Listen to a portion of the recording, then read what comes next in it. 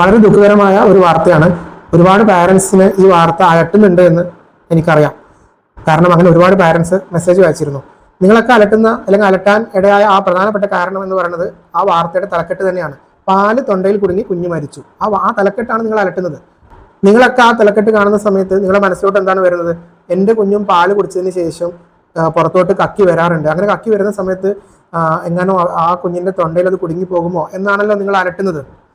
അവിടെ നിങ്ങൾ മനസ്സിലാക്കേണ്ട കാര്യം, നിങ്ങളെ കുഞ്ഞ് മാത്രമല്ല, മിക്ക കുഞ്ഞുങ്ങളും ഒരു 6 അല്ലെങ്കിൽ 7 മാസം വരെ ഈ പാല് കുടിച്ചതിന് ശേഷം പുറത്തോട്ട് തികട്ടി വരുന്ന ഒരു സ്വഭാവമുണ്ട്. ഒരു ദിവസത്തിൽ തന്നെ അത് പലതവണ നിങ്ങളെ കുഞ്ഞ് അങ്ങനെ ചെയ്യുന്നത് നിങ്ങൾ കണ്ടിട്ടുണ്ടാവും.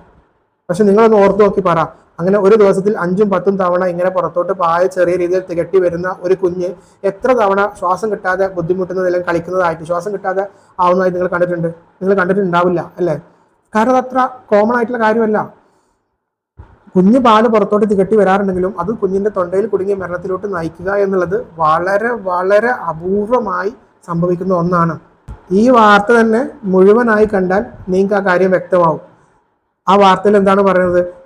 ഉറങ്ങിക്കിടന്ന കുഞ്ഞ് രാവിലെ മരിച്ച് അല്ലെങ്കിൽ അബോധാവസ്ഥയിലാണ് കണ്ടത്. പാല് തൊണ്ടയിൽ കുടുങ്ങിയതാകാം എന്നൊരു നിഗമനം മാത്രമാണ് പറഞ്ഞത്. അത് പൂർണ്ണമായി മനസ്സിലാക്കണം എന്നുണ്ടെങ്കിൽ പോസ്റ്റ്മോർട്ടം പോലെയുള്ള മറ്റു പരിശോധനകൾ നടത്തിയാൽ മാത്രമേ ഉറപ്പിക്കാൻ കഴിയുകയുള്ളൂ. അതൊരു നിഗമനം മാത്രമാണ് പാല് തൊണ്ടയിൽ കുടുങ്ങിയതാകാമെന്നുള്ളത്. അത് ഈ കേസിൽ മാത്രമല്ല, ഇതുപോലെ കുഞ്ഞുങ്ങളിൽ ഉണ്ടാകുന്ന, പ്രത്യേകിച്ച് രാത്രി ഉറങ്ങിക്കിടന്നതിന് ശേഷം ഉണ്ടാകുന്ന അപ്രതീക്ഷിത മരണങ്ങൾ, സഡൻ അൺഎക്സ്പ്ലെയിൻഡ് ഇൻഫന്റ് ഡെത്തുകളിൽ, അങ്ങനെയുള്ള മരണങ്ങളിൽ പാല് തൊണ്ടയിൽ കുടുങ്ങിയത് ഒരു വലിയ ശതമാനം അല്ലെങ്കിൽ ഒരു പ്രധാന കാരണമേ അല്ല. അത് വളരെ വിരളമായി സംഭവിക്കുന്ന ഒരു കാര്യമാണ്. പക്ഷെ അങ്ങനെ സംഭവിക്കില്ല എന്നല്ല, ഒരു കുട്ടി പുറത്തോട്ട് തികട്ടി വരുന്ന സമയത്ത് ചെറിയ ശതമാനം കുട്ടികളിൽ വളരെ അപൂർവമായി ഒരു പക്ഷേ തൊണ്ടയിലോട്ട് ഇറങ്ങി ശ്വാസം കിട്ടാതെ ആകാം.